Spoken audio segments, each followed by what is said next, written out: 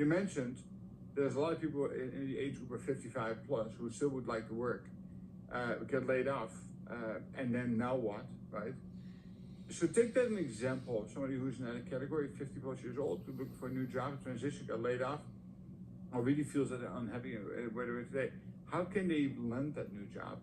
But also at the same time, how do you work with them on a day-to-day, week-to-week basis to be able to make sure that they take the actions and are accountable in order to be able to create these new dreams and opportunities for themselves? So on the first question, and then we'll come back to the second one. I actually was just on a podcast that I was talking about that transition to retirement, but not in the aura of I got laid off, I need another job. But one of the things that came out of that, and some things I've worked on with some others around interviewing skills and so on, when they're struggling to find that next role, is that it's all about the network. That's what I would encourage them to do. So many people, for whatever reason, feel there's a stigma. I got laid off. They don't need me. Well, you know what? Look around. Look at unemployment. Look at what major organizations are doing. It's constantly a case of being more effective and focusing on the bottom line and driving profits. And unfortunately, that translates to a reduction in workforce many times, right? So you are just a byproduct of a situation.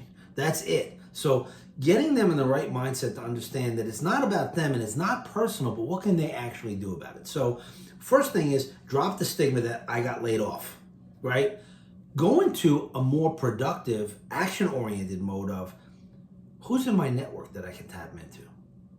That's really, really important, because I will tell you that, the approach of just point and click and send out job applications and refining your resume doesn't work.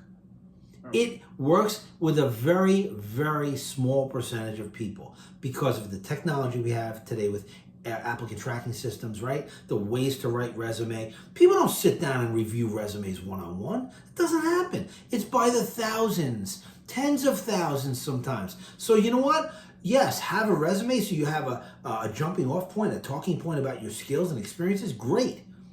Leverage your network. If you're not calling 10 people a day and specifically asking for, hey, here's my situation, do you know someone? Or do you know someone who knows someone?